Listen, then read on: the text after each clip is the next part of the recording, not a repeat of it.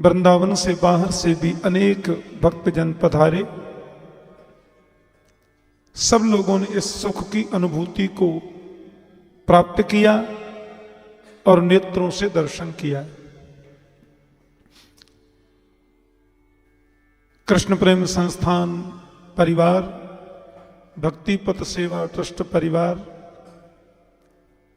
आप सबको बहुत बहुत साधुवाद, धन्यवाद और गिरधर लाल जी का आशीर्वाद प्रदान करता है।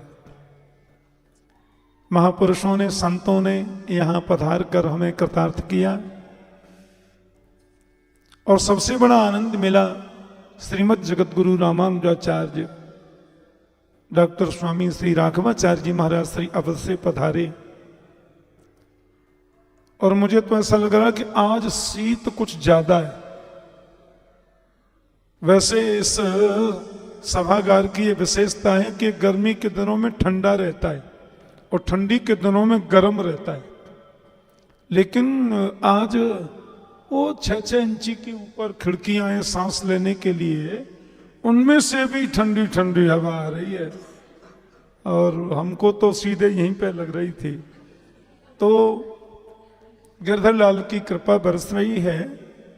मैं 3 बातें कहूंगा। पहली बात तो अभी कथा के विराम के बाद, लाला की मंगल राजभोग आरती के बाद हम सब लोग बहुत जल्दी पहुंचेंगे। कहाँ? केसी घाट। केसी घाट पार करने के बाद में वहां बैलगाड़ी पर श्री गिरधर लाल जाके विराजेंगे और सब लोग मंगल कीर्तन करते हुए परिक्रमा देंगे। दुनिया कोरोना से परेशान है, पर वृंदावन में कोई कोरोना फरोना नहीं है। देख लो आप,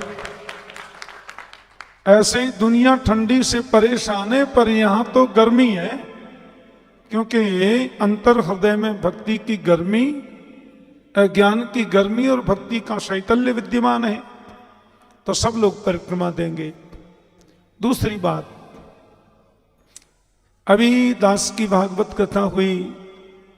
मध्य प्रदेश में एक नगर है खंडवा। 1 जनवरी से 8 जनवरी तक मैं वहां पे था और उस कथा के जो आयोजक थे श्री सतनाम सिंह जी होरा। सतनाम सिंह होरा बड़े भक्त हैं। 14वीं भागवत कथा वहां थी। अद्भुत उनकी व्यवस्थाएं, अद्भुत वहां के सब देख करके मन गदगद हुआ। इस बार मैं प्रथम बार वहां गया था कथा करने 1 जनवरी से 8 तक। तो श्री सतनाम सिंह जी ने मुझसे आग्रह किया कि हम 5 बरस से श्री इंद्रेश महाराज की कथा कराने के लिए लालायत हैं। 1-2 बार वृंदावन भी गए तो हम उनसे मिल ही नहीं पाए। तो महाराज जी कैसे भी अगली वर्ष के लिए उनकी कथा हमको दिला दीजिए। मुझसे आग्रह किया तो मैंने लाला से बात की कि ये बड़े भक्त हैं, बड़ी व्यवस्थाएं उत्तम हैं, हजारों लोग कथा में उपस्थित होते हैं।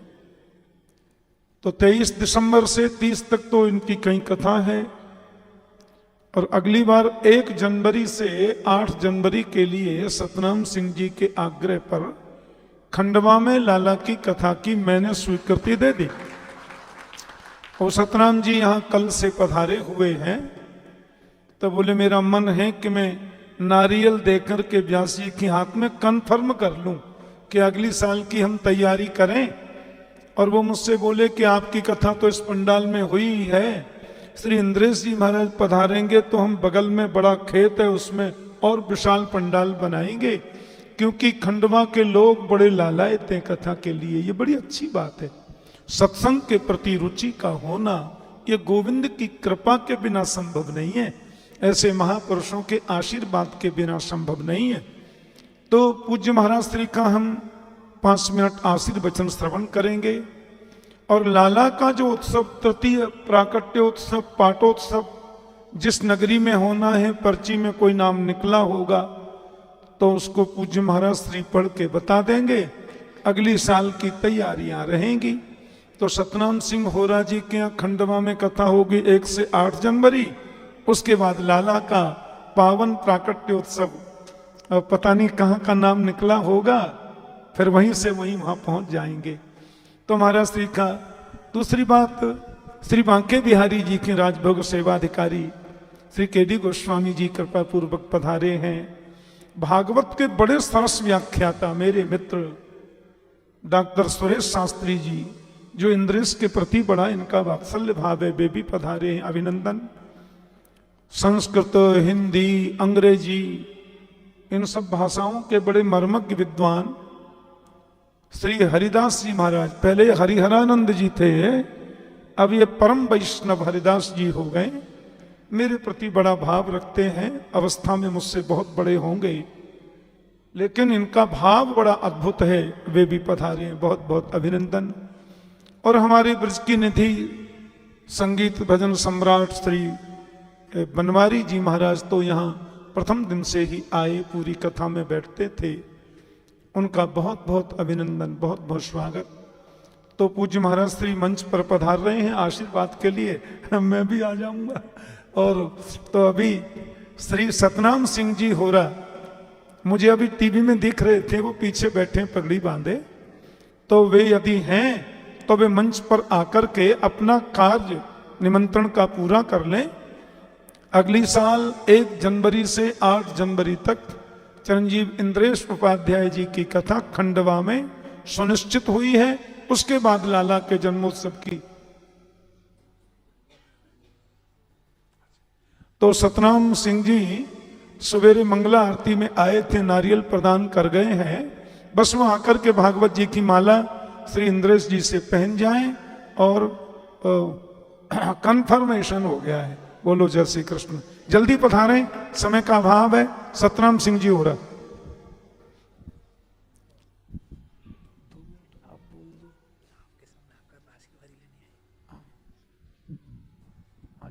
ले लीजिए।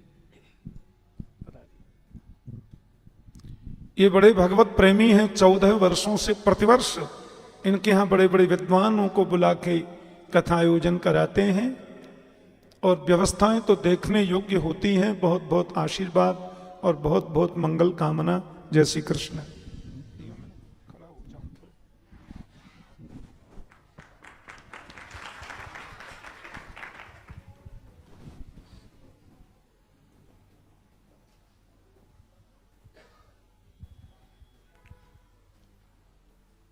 श्री सीतारामचंद्र भगवान की, श्री राधा कृष्ण भगवान की, श्री गिरधर लाल की, श्री व्यास जी महाराज की, सब संतन की, सब भक्तन की जय जय श्री राधे श्याम। हरि ओम। तच्छंजोरावृणीमहे गातुं यज्ञाय गातुं यज्ञपतये। दैवी स्वस्तिरस्तु नः स्वस्तिर्मानुषेभ्यः। ऊर्ध्वं जिगातु भेषजं शन्नो अस्तु द्विपदे सं चतुष्पदे। विश्वानि देव सवितर्दुरितानि परासुव। जदभद्रं तन्न आसुव। रामाय रामभद्राय रामचंद्राय वेधसे। रघुनाथाय नाथाय सीताय पतये नमः। लक्ष्मीनाथ समारंभां नाथयामुनमध्यमाम्। अस्मदाचार्यपर्यन्तां वन्दे गुरुपरम्पराम्। बोलो श्री सीतारामचंद्र भगवान की। परमाध्यक्ष अनंत कोटि ब्रह्मांड नायक सर्वेश्वर ईश्वर पुराण पुरुषोत्तम भक्तवांछा कल्पतरु भगवान ब्रजेंद्र नंदन श्री कृष्णचंद्र, जिनकी वांगमयी मूर्ति श्रीमद् भागवत महापुराण के आश्रय में हम सभी लोग रसानुभूति कर रहे हैं। व्यासपीठ पर विराजमान परम श्रद्धेय आचार्य श्री इंद्रेश जी, हमारे पार्श्व में विराजमान पूजनीय श्री ठाकुर जी, एवं सभा में पधारे समस्त आचार्य विद्वज्जन एवं भगवत कथा रस रसिक भगवत प्रेम पथपथिक धर्मानुरागी सज्जनों, श्रद्धामयी माताओं, भगवान श्री श्याम सुंदर की मंगलमयी कृपा के फलस्वरूप श्री धाम वृंदावन में ठाकुर श्री गिरधर लाल जी का जन्म महोत्सव, पाटोत्सव, ब्रह्मोत्सव आज संपन्नता को प्राप्त हो रहा है। और इस उत्सव में श्रीमद् भागवत जी की सेवा श्रीमद् भागवत जी की मंगलमयी कथा का आप सभी लोगों ने रसास्वादन किया। श्रीमद् भागवत महापुराण में ठाकुर जी की कथा में हर दिन कोई न कोई अवतार ही होता रहता है। ठाकुर जी इतने अवतार हैं भगवान के और अर्चा रूप। 5 मिनट की बात मैं कहूंगा और बड़ी अच्छी चर्चा है प्रसंगवश। भगवान के 5 रूपों का हमारे आचार्यों ने वर्णन किया। पर रूप में भगवान वैकुंठ में विराजमान रहते हैं, जहां हम लोग बाद में चलेंगे और कथा सुनेंगे सुनाएंगे, जैसा कि इंद्रेश जी ने कहा, वो पर रूप भगवान का। और दूसरा भगवान का व्यूह रूप। व्यूह रूप से भगवान क्षीर सागर में नारायण के रूप में शेष पर्यंक पर शयन करते। और तीसरा भगवान का रूप विभव रूप। विभव रूप में भगवान श्री रामकृष्ण के रूप में अवतार लेकर के प्रकट होते और कुछ काल तक वो प्रकट रूप में विराजमान रहते हैं और फिर उनकी लीला अंतर्हित हो जाती है। ये विभव रूप। और चौथा रूप भगवान का अंतर्यामी रूप, जो कण कण में भगवान विद्यमान है। अंतर बहिश्च तत्सर्वम व्याप्य नारायण स्थितः, ये चौथा रूप। और 5वां रूप भगवान का जो है वो अर्चा रूप। अर्चा रूप में भगवान मंदिर में विराजमान, विग्रह के रूप में विराजमान, हमारी भावना के अनुकूल विराजमान, ये भगवान का 5वां अर्चा रूप है। अब भगवान के इन 5 रूपों में किस रूप का लाभ हमें प्राप्त होगा, तो हमारे आचार्यों ने कहा कि अर्चा रूप ही भक्त के लिए सुलभ है। किस प्रकार से? बोले जैसे किसी को प्यास लगी हो, कोई प्यासा व्यक्ति था, भटकते भटकते किसी संत के पास पहुंचा, जंगल में धूप से थका था, धूप से तपा था, तो संत ने सोचा अभी इसको अगर पानी पिला देंगे तो ये बीमार पड़ जाएगा, क्योंकि अभी धूप से थका आया है। तो कुछ कुछ बातें करने लगे और संतों की बात में ही ज्ञान वैराग्य भक्ति का उपदेश मिल जाता है। उन महात्मा ने कहा तुम्हें प्यास लगी? बोले हाँ महाराज मुझे प्यास लगी है, जल्दी पानी पिलाओ। तो महात्मा ने कहा पानी पीना? तो बादल में चले जाओ, बादल में तो पानी है, बादल में जाके पानी पी लो। उसने कहा महाराज आप क्या मजाक करते हो, बादल में तो पानी है लेकिन बादल तक हम जा नहीं सकते और हम प्यास से मर जाएंगे। बोले अच्छा, बादल का जल बहुत दुर्लभ है क्योंकि आकाश में वहां जा नहीं सकते। बोले इसी पृथ्वी पर पानी चाहिए? बोले हाँ। तो इसी पृथ्वी पर यहां से लगभग 100 किलोमीटर की दूरी पर एक झरना झरता है, वहां चले जाओ पानी पी लो, वो यहीं है, ऊपर जाने की जरूरत नहीं, उससे ये पानी सुलभ है। बोले महाराज फिर आप क्या सुनाते हो, वो पानी पीने के लिए मैं जाऊंगा तब तक तो मर जाऊंगा, उससे भी सुलभ पानी बताओ। बोले अच्छा। बोले उससे सुलभ पानी ये है कि तुम जहां बैठे हो यहीं बैठे रहो, पानी तुम्हारे पास ही आएगा, लेकिन 6 महीने बाद जब वर्षा ऋतु आएगी तो यहीं से नदी प्रवाहित होगी, यहीं तुम पानी पी लेना। बोले महाराज 6 महीने तक हम प्रतीक्षा नहीं कर पाएंगे, मर जाएंगे, इससे भी सुलभ पानी बताओ। उस पानी से वो पानी सुलभ है, यहीं आ जाएगा लेकिन 6 महीने बाद आएगा, इसमें काल का व्यवधान है। बोले इससे सुलभ पानी? बोले इससे सुलभ पानी ये है कि जहां तुम बैठे हो तुम्हारे नीचे जमीन में सब जगह पानी ही पानी है, जहां चाहो वहीं खोद के पी लो पानी। बोले महाराज ये भी पानी सब जगह उपलब्ध है लेकिन इससे भी प्यास नहीं बुझेगी, मुझे तो तत्काल प्यास बुझानी है। तो महात्मा ने तुरंत अपने कमंडल का जल प्रस्तुत कर दिया और कहा इस जल को पी करके पानी से प्यास बुझा लो। उस कमंडल के जल से पानी पी करके उसने अपने प्यास बुझा ली। बाद में उस व्यक्ति ने कहा महाराज आपने इतनी बड़ी कहानी बनाई, ये पानी पहले पिला दिए होते, काहे को इतनी बड़ी बात बनाए। बोले देखो बेटा, जिस तरह से जो पानी बादल में है वही पानी झरने में है, जो पानी झरने में है वही पानी वर्षा ऋतु में नदी के रूप में यहाँ प्रवाहित होगा, और जो पानी नदी के रूप में यहाँ प्रवाहित होगा वही पानी, वही जल तत्व पृथ्वी के कण कण में भीतर व्याप्त है भूगर्भ में, और वही पानी हमारे इस कमंडल में है। लेकिन वो पानी प्यास नहीं बुझा सकता, पर्वत का पानी प्यास नहीं बुझा सकता, वो आने वाली नदी का पानी प्यास बुझा नहीं सकता, और भूगर्भ के अंदर जो जल है वो प्यास नहीं बुझा सकता। लेकिन अपने संसाधन से, अपने प्रयास से हम जल को प्रकट कर सकते हैं, जल को बना नहीं सकते, हम नल लगा सकते हैं, हम कुआं खोद सकते हैं, और उससे निकाल करके उस जल को जब अपने कमंडल में हमने स्थिर कर लिया तो जब प्यास लगे तो उस पानी को पी करके हम प्यास बुझा सकते हैं। उसी प्रकार पर वैकुंठ जो परलोक में विराजमान है, वैकुंठ में विराजमान हैं, वे भगवान बादल के जल के समान दुर्लभ हैं, और जो व्यूह भगवान क्षीर सागर में विराजमान हैं वो पर्वत के जल के समान दुर्लभ हैं, और विभवावतार श्री रामकृष्ण आदि अवतार के रूप में भगवान की जो सुलभता है वो सुलभ होते हुए भी उस जल के समान दुर्लभ हैं जैसे नदी का जल, क्योंकि नदी का जल तो यहीं बहेगा लेकिन 6 महीने बाद आप जहां बैठे हो यहीं भगवान कृष्ण प्रकट होकर के लीला करेंगे, लेकिन अगले कल्प में द्वापर में भगवान श्री कृष्ण का अवतार होगा, लेकिन काल का व्यवधान होगा। और उससे भी सुलभ भगवान कौन? बोले जो कण कण में व्याप्त हैं, अंतर्बहिश्च तत्सर्वं व्याप्य नारायण स्थितः। जिस प्रकार से भूगर्भ में सर्वत्र जल व्याप्त है, लेकिन इन सब जलों से प्यास नहीं बुझी, प्यास तो कमंडल के जल से बुझी। उसी प्रकार भगवान की प्राप्ति की प्यास जब भक्त को लगती है तो अर्चा विग्रह मूर्ति भले कोई बनाता हो, जैसे नल कोई लगा दे, कुआं कोई कारीगर खोद दे, लेकिन उसके अंदर पानी वो नहीं बनाता है, उसी प्रकार मूर्ति तो कोई कलाकार बना देता है, लेकिन उसके अंदर भक्त की भावना के अनुकूल भगवान का जो प्रादुर्भाव होता है, यह प्रादुर्भाव अर्चावतार जो भगवान का है, इस अर्चावतार में ही हम भगवत रस की अनुभूति करते हैं। और हमारे समस्त पूर्वाचार्यों ने अर्चावतार में ही भगवान की शरणागति की है। शरणागति की महिमा में जहां भी वर्णन किया है वहां यही किया कि अर्चावतार में ही भगवान हमें सुलभ हैं, और अर्चावतार के ठाकुर जी सब लीला करते हैं। हमारे लाला इंद्रेश जी ने कहा ठाकुर जी कभी अपना हाथ ऐसे नीचे कर लेते, कितना आनंद होता। करते महाराज, बड़ी बड़ी कहानियां हैं, बड़ी बड़ी कथाएं हैं महाराज। भक्तों की भावना के अनुकूल समस्त प्रकार की लीलाएं करते हैं, लेकिन इन ठाकुर को सिखाना पड़ता है। ठाकुर जब भी एक वर्ष के तो हुए हैं, अभी 2 वर्ष के हुए। जैसे घर में आपके बालक पैदा हो और उसको आप बोलना न सिखाओ, चलना न सिखाओ, तो बालक न बोलेगा, न चलेगा, न कुछ करेगा, वो गूंगा का गूंगा ही रह जाएगा। उसी तरह ठाकुर जी का भी जब जन्म होता है, इनकी प्रतिष्ठा होती है, तो हम इनको समझते हैं कि ये मात्र मूर्ति हैं। समय से आरती किया, समय से भोग लगाया, मंदिर बंद कर दिया, तो ठाकुर जी भी हमारे गूंगे रह जाते हैं, बोलते नहीं।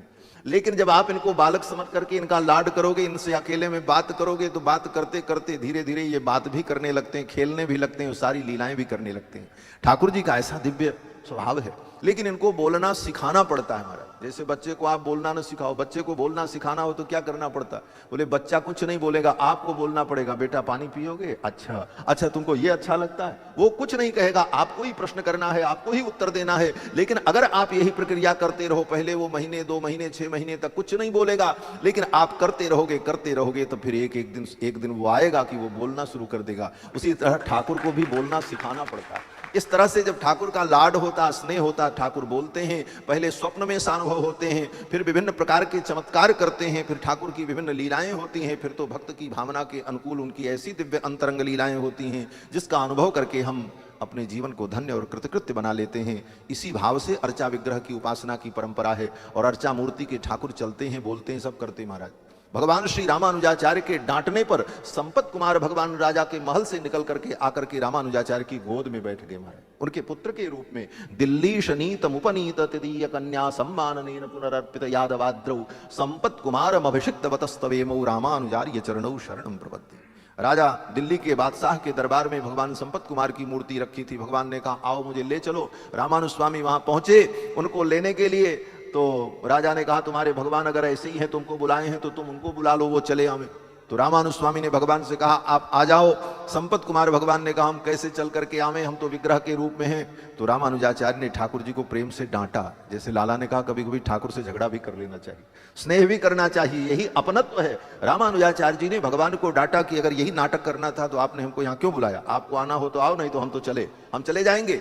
अंत में भगवान दिल्ली के राजा बादशाह के महल से निकल करके चल करके संपत कुमार भगवान आए और रामानुजाचार्य की गोद में एक बच्चे के समान आकर के बैठ गए। भगवान रामानुजाचार्य ने पुत्रवत उनको स्नेह दिया है, वात्सल्य किया है, और फिर उस विग्रह को ले जाकर के कर्नाटका में बेंगलोर से लगभग 80 किलोमीटर दूर मैलकोटे नाम का एक तीर्थ है, वहां पर संपत कुमार भगवान को विराजमान किया। आज भी वे संपत कुमार भगवान वहां विराजमान है। दिल्ली शनीत मुपनीय तदीय कन्या सम्माननेन पुनरर्पित यादवाद्रौ संपत कुमारम अभिषिक्त वतस्तवेमौ रामानुजार्य चरणौ शरणं प्रपद्ये। ये अर्चावतार के ठाकुर सब करते हैं। तिरुपति बालाजी के भगवान हाथी राम बाबा के साथ बैठ करके चौसर खेलते हैं मंदिर के भगवान।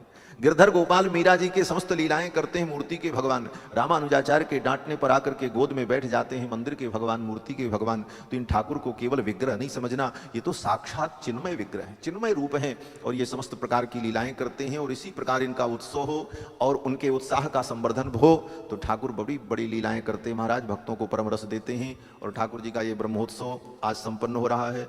अब अगला ब्रह्मोत्सव कहाँ होगा ये तो घोषणा होगी और ठाकुर जी ही बताएंगे, और पर्ची ठाकुर जी ने उठाई है और ठाकुर जी ही खोलेंगे। जय जय सरकार। तो क्योंकि उत्सव ठाकुर जी का है और ठाकुर जी ने ही पर्ची उठाई है, ठाकुर जी खोलेंगे, हम लोग तो केवल सुन करके। अब अपने अपने मन से आप लोग अपने अपने ठाकुर को, इष्ट को मनाओ। जहां लाला को लीला करनी होगी वहां की पर्ची खुल गई होगी। बोलो श्री सीतारामचंद्र भगवान की जय जय। ठाकुर जी को घूमने में बड़ा मजा आता है। कल उत्सव में कथा के समापन के सायंकाल उत्सव के बाद ठाकुर जी रथ में बैठ करके जगन्नाथ भगवान की रथ यात्रा का अनुभव कर रहे थे, इसलिए ठाकुर जी की का मन हो गया गिरधर लाल जी का कि अब जगन्नाथपुरी में चल करके वहीं आनंद लेंगे और वहां रथोत्सव मनाएंगे। बोलो श्री जगन्नाथ भगवान की, श्री नीलाचलनाथ भगवान की जय जय श्री राधे श्याम। कल जगन्नाथ भगवान की चर्चा हुई कि प्रोद्यमाने जगन्नाथम सर्वदेव नमस्कृतम, श्रीमद् वाल्मीकि रामायण की इस पंक्ति को कल के उद्बोधन में मैंने उद्धृत किया था।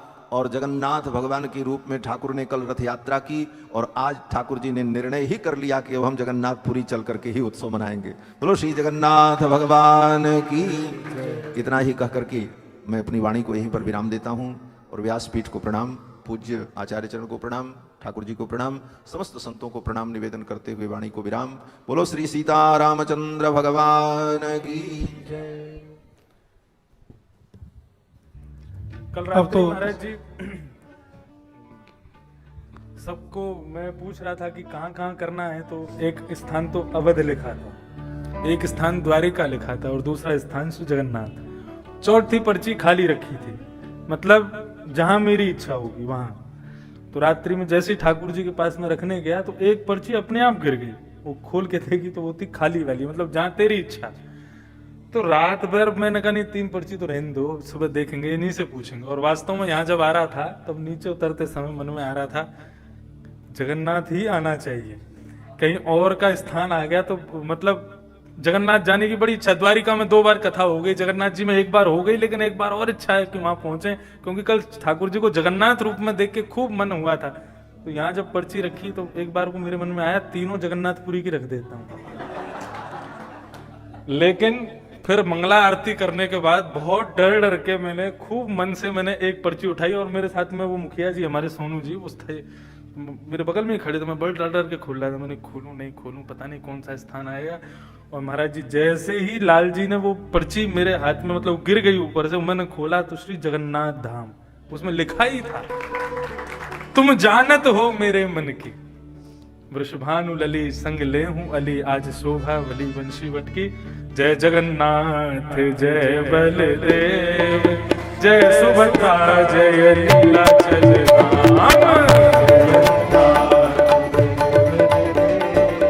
जय सुभद्रा जय नीलाचल, ओ जय जगन्नाथ जय बलदेव, जय सुभद्रा जय नीलाचल धाम। जय जगन्नाथ जय बलदेव, जय सुभद्रा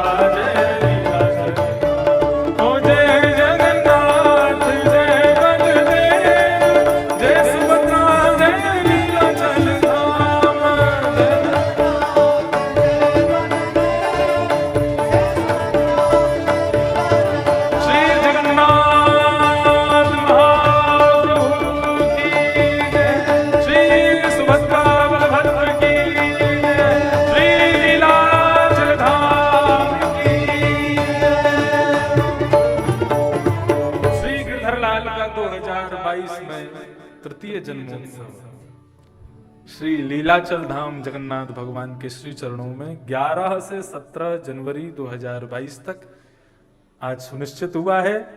अब अगले वर्ष ठाकुर जी पुनः ऐसे ही सुंदर भव्यतम कुंज में विराजेंगे और अपने मंगल में उत्सव करेंगे। पूज्य पिताजी कुछ कह रहे हैं, आप श्रवण करें। ये तो सुनिश्चित हो ही गया है कि जगन्नाथ भगवान के चरणों में हम सब लोग जाकर के गिरधर लाल जी का तृतीय पाठोत्सव ब्रह्मोत्सव मनाएंगे और भागवत कथा लाला इंद्रेश करेंगे। अभी अभी जब मैं आ रहा था तो सतनाम सिंह होरा जी ने मुझे बताया कि महाराज जी 1 जनवरी से जो कथा होनी है खंडवा में, तो वैसे तो उसके पहले कई कथाओं में अनाउंस हो जाएगा, पर उन्होंने मुझे बताया कि जितने भक्त लोग बैठे आप उनसे भी मेरी तरफ से निवेदन कर दें कि खंडवा में 1 जनवरी 2022 से जो चिरंजीव इंद्रेश की कथा है उसमें आप सब लोग आमंत्रित हैं, ये इनका कहना है। और कि जितने भी लोग वहाँ आएंगे सबकी रहने की भोजन की सब व्यवस्था हमारे सतनाम सिंह होरा जी की ओर से होगी। कोई असुविधा आपको नहीं होगी और उस कथा में सम्मिलित होगे फिर वहीं से जगन्नाथ धाम के लिए प्रस्थान कर सकते हैं, ये सुविधा रहेगी। उसी अनुसार अपना कराएंगे। अभी 21 तारीख से तो मध्य प्रदेश के गुना में भागवत कथा लाला की हो रही है और उस कथा महाराज जी ने भी कहा है कि गुना में जो कथा इंद्रेश की उसमें मैं प्रयास करूंगा एक दिन आने का। वो तो अभी 2-3 दिन बाद ही है। आज 16 तारीख के 17-18 आज 17 है ना, 18-19-20 3 दिन ही बीच में है। तो आप लोग उसमें भी यथासाध्य अपने समयानुसार आ सकते हैं। 20 मार्च से दास यहाँ भागवत कथा कर रहा है होली महोत्सव के उपलक्ष्य में। दिल्ली के भक्तों की ओर से वो कथा आयोजित यहाँ पर है और उस समय कुंभ का भी वातावरण वृंदावन में रहेगा, तो उसमें भी यथासाध्य आप समयानुसार आ सकते हैं 20 से 27 मार्च तक। तीसरी बात, मैं कुंभ की कथा की भी आपको फिर उस समय वहाँ सूचना हम लोग, हाँ आज ये अपना जो 7 दिवसीय यहाँ महोत्सव चला, कथा चली, उसमें आज के महोत्सव और कथा के जो यजमान हैं वो हैं श्रीमान निरंजन जिंदल जी, रायपुर छत्तीसगढ़ से, और वो कथा का घर बैठे ही आनंद ले रहे हैं चैनल पर। और कल से तो वो आस्था भजन पर शुरू हो गई, तो सब लोग पूरे विश्व में भी उसको देख रहे हैं। तो जितने भी हमारे 7 दिवस के यहाँ उत्सव यजमान रहे, उन सबके प्रति बहुत बहुत शुभकामना। अधिकांश यजमान तो यहाँ आए बेचारे, सब लोगों ने कथा का आनंद लिया, पर जो लोग नहीं आ पाए वो अपने भक्ति पथ चैनल पर आनंद ले रहे थे, अब आस्था पे ले रहे। सबके प्रति हमारी ओर से मंगल कामना, शुभ कामना। श्री गिरधर लाल जी की कृपा करुणा दृष्टि आप सब पर बनी रहे। सर्वे भवन्तु सुखिनः, सर्वे सन्तु निरामया, सर्वे भद्राणि पश्यन्तु, माँ कश्चित् दुःख भाग् भवेत्। आप सब स्वस्थ रहें, आनंद में रहें। करुणा सागर राधा माधव की कृपा आप सब पर बनी रहे और भगवान करे आपको खांसी जुकाम भी कभी नहीं हो। और बात तो सोचना भी व्यर्थ है। यहाँ जितने भी संत जन पधारे थे, क्योंकि हमको अब यात्रा, क्योंकि आज मौसम भी थोड़ा ऐसा है, परिक्रमा के लिए हम विलंब न हो जाए, नहीं तो मेरा मन था कि श्री बनवारी जी का भी आशीर्वाद लेते। डॉक्टर सुरेश शास्त्री जी बिल्कुल हमारे अभिन्न है, उनका आशीष मिलता। आदरणीय श्री बांके बिहारी जी के सेवायत गोस्वामी जी का भी हमें थोड़ा प्रवचनामृत मिलता। और बाबा हरिहरदास जी तो आनंद कर देते हैं। हाँ, ये तो एकदम संघ गर्जना करके बोलते हैं अंग्रेजी और 1 मिनट में ही संस्कृत और हिंदी सब। तो इनका भी वैसे हम समय समय पर सुनते हैं। बहुत सबके प्रति मेरा प्रणाम, बहुत मंगल कामना। अभी बस राजभोग आरती का दर्शन करें और आप सब लोग पधारेंगे वहीं केसी घाट। जय श्री कृष्ण। जन्म सफल होगा रे बंदे, गिरधर लाल तू गाले, गिरधर लाल तू गाले।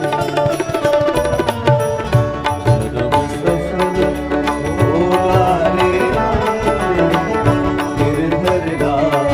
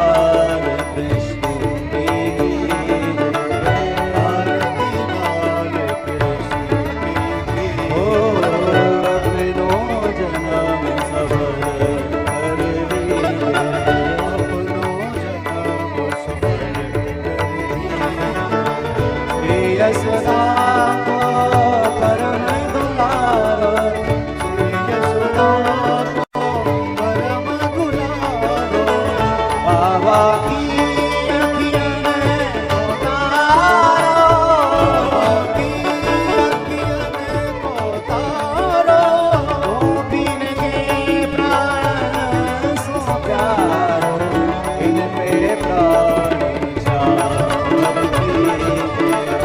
आरती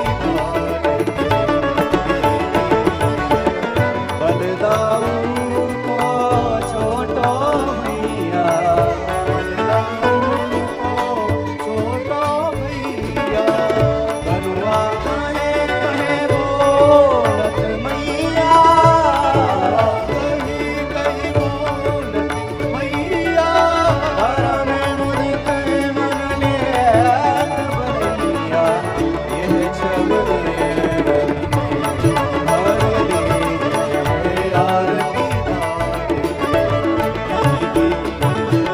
श्री राधा सुगण कन्हैया, श्री राधा सुगण कन्हैया, भज जन को नवनीत चुरैया, को नवनीत चुरैया, देखत ही मन ले बनैया, अब इनको अपनो कर दीजिए आरती ओ अपनो जन्म सफल कर दीजिए आरती वाल आरती वाल आरती वाल कृष्ण की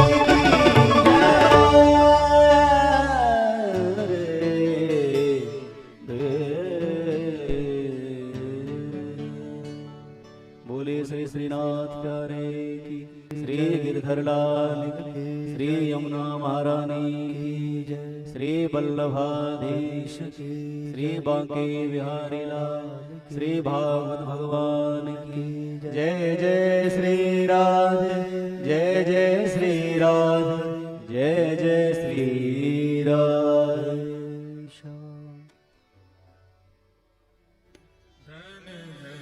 राधिका के चरण, धन धन राधिका के चरण, राधिका के चरण, धन धन राधिका के चरण, धन धन राधिका के चरण, धन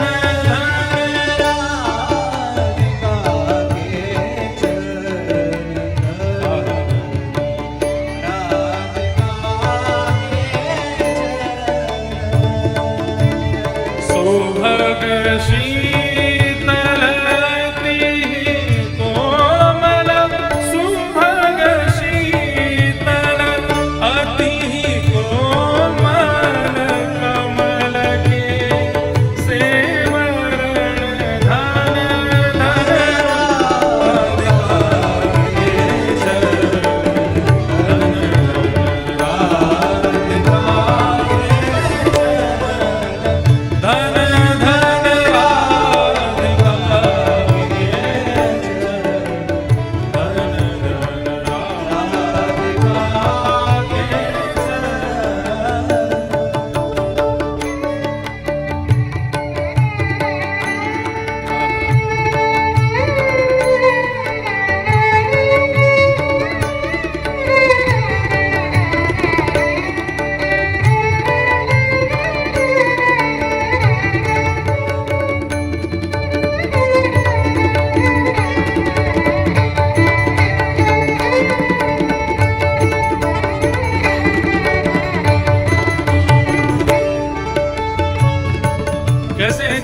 राधिका जी के, श्री परमानंद दास जी के।